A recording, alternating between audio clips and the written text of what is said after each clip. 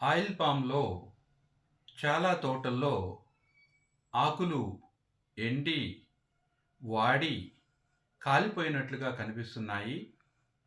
దీనికి ప్రధాన కారణం గమనించినట్లయితే గొంగళి పురుగులు, ముఖ్యంగా ఆకులు తినే గొంగళి పురుగులు ఆయిల్ పామ్ ఆకులపై చేరి పత్రహరితాన్ని గోకి తినివేయటం వల్ల ఆకులు ఎండిపోయినట్లు, అదేవిధంగా తోటంతా కాలిపోయినట్లుగా కనిపిస్తున్నాయి. ఈ పురుగు లేత తోటల్లో ఆశించినట్లయితే కాపు ఆలస్యమయ్యే అవకాశం ఉంది. అదేవిధంగా ముదురు తోటల్లో ఆశించినట్లయితే పూత రావటం ఆలస్యం అవుతుంది. అదేవిధంగా కాయ అంటే గెల దశలో ఉన్నప్పుడు గెల బరువు పెరగకుండా ఉండటము, నూనె శాతం పెరగకుండా ఉండటం జరుగుతుంది. తద్వారా మొక్క మరలా రికవరీ అవ్వటానికి 2, 3 సంవత్సరాలు కూడా పట్టే అవకాశం ఉంటుంది.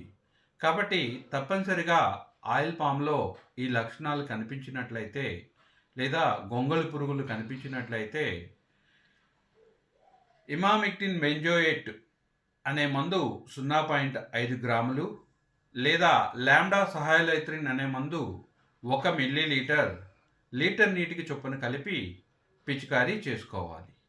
ఒకవేళ తోటలు పెద్దవై పిచికారీ చేయడం కుదరినట్లయితే వేరు ద్వారా ఇమిడాక్లోప్రిడ్ అనే మందు 3 మిల్లీలీటర్లు 10 మిల్లీలీటర్ల నీటికి చొప్పున కలిపి వేరు ద్వారా మందు ఎక్కించినట్లయితే ఈ పురుగును సమర్థవంతంగా నివారించుకోవచ్చు.